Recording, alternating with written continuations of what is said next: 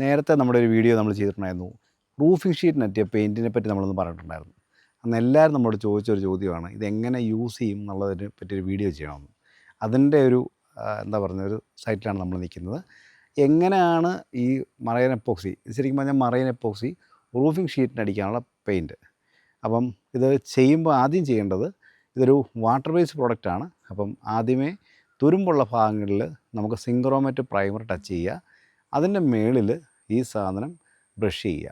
Brush water base ആണെന്ന് already ഞാൻ പറഞ്ഞു.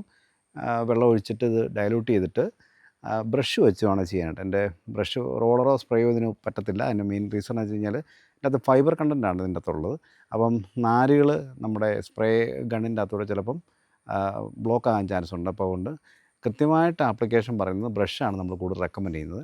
ഇതടിച്ച് 5 വർഷമാണ് കമ്പനി വാറണ്ടി പറയുന്നത്. അപ്പോൾ നിങ്ങളതൊന്ന് നിങ്ങളുടെ ഇപ്പോൾ വീട്ടിലെല്ലാവരും വീണ്ടും പെയിൻ്റ് അടിക്കും. പക്ഷേ ഷീറ്റിൻ്റെ ഭാഗം വരുമ്പോൾ എല്ലാവരും എന്താ പറയുക പരാജയപ്പെട്ടു പോകാറാണ് പതിവ്. അതിന് പറ്റിയൊരു പ്രോഡക്റ്റാണിത്. അപ്പം മാർക്കറ്റിൽ അധികം കാലമായിട്ടില്ല, 2-3 വർഷമൊക്കെ ആയിട്ടില്ല. ഞങ്ങളൊരു 2 വർഷമായിട്ട് ഈ പ്രോഡക്റ്റ് ചെയ്യുന്നുണ്ട്. ഞങ്ങൾ കൊടുത്തിടത്തൊന്നും കംപ്ലയിൻസ് ഒന്നുമില്ല. അപ്പോൾ അതുകൊണ്ട് ധൈര്യമായിട്ട് നിങ്ങൾക്ക് അടുത്ത തവണ വീടിന് പെയിൻ്റ് അടിക്കുമ്പോൾ റൂഫിംഗ് ഷീറ്റിന് ഇത് റെക്കമെൻഡ് ചെയ്യാവുന്നതാണ്. Thank you.